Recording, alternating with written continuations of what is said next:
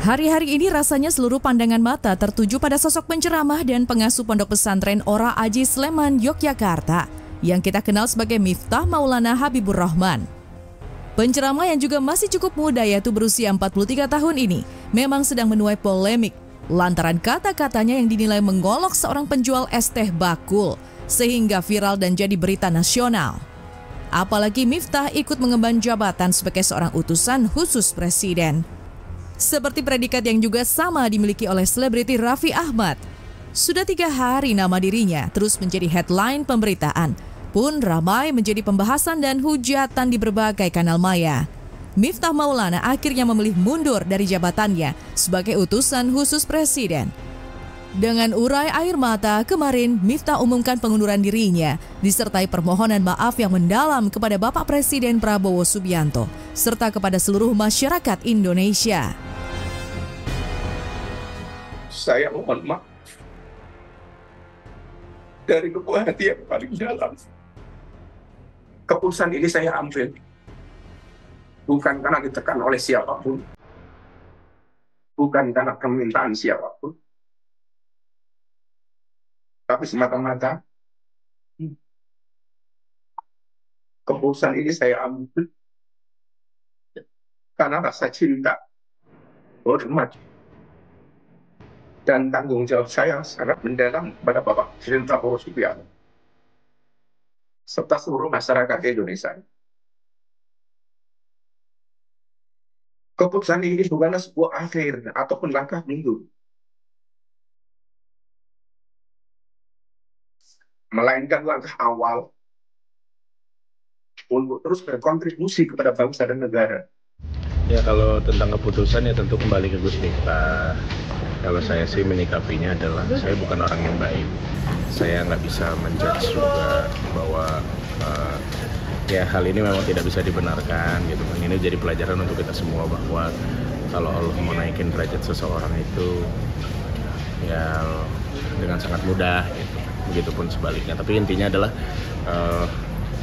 yang penting Indonesia damai lah, itu aja. Yang penting Indonesia rukun. Tapi rupanya permintaan maaf Miftah Maulana juga pengunduran dirinya sebagai utusan khusus presiden rupanya masih belum bisa meredam amarah masyarakat luas.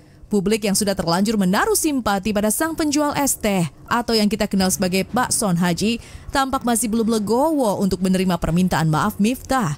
Maka lagi-lagi permintaan maaf yang disampaikan Miftah sebelum mengundurkan diri sebagai utusan khusus presiden dinilai tidak tulus, alias hanya karena tekanan dan paksaan.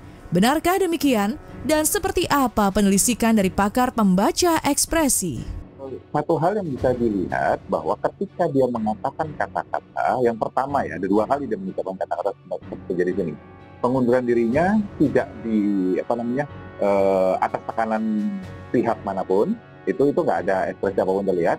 Tetapi begitu dia mengucapkan atas permintaan pihak manapun gitu ya, di kata kalimat rangkaian kalimat yang pertama, karena kata-kata itu diucapkan 2 kali rangkaian. Ya. Di rangkaian pertama, bagian bawah bibirnya itu agak mengencang seperti ini, gitu. Nah, itu sebetulnya penanda bahwa sebetulnya ada sesuatu hal yang tidak diucapkan terkait dengan kata-kata yang barusan disampaikan tadi, yaitu tidak atas permintaan siapapun. Jadi kalau mau ditarik ke beberapa kemungkinan bisa dilihat dari situ, pasti ada orang-orang yang sampai ke beliau, misalnya apakah melalui langsung kontak via telepon pribadi, WA ataupun apapun, yang menyampaikan bisa jadi saran misalnya untuk beliau mendingan mundur deh gitu daripada ini polemiknya berkelanjutan. Dan bagi Kirdi, tangis yang dipamerkan Miftah di hadapan kamera memang bukan dibuat-buat, alias tak ada kepalsuan di sana. Namun ironisnya, Miftah baru berurai air mata kalau menyebut nama Presiden Prabowo yang telah melantiknya belum lama ini sebagai seorang utusan khusus. Meski demikian, yang dapat dipetik adalah langkah yang ditempuh Miftah sudah memperlihatkan salah satu contoh seorang pejabat publik yang dengan satria mengakui kesalahannya ketika berbuat khilaf serta telah menyakiti orang lain.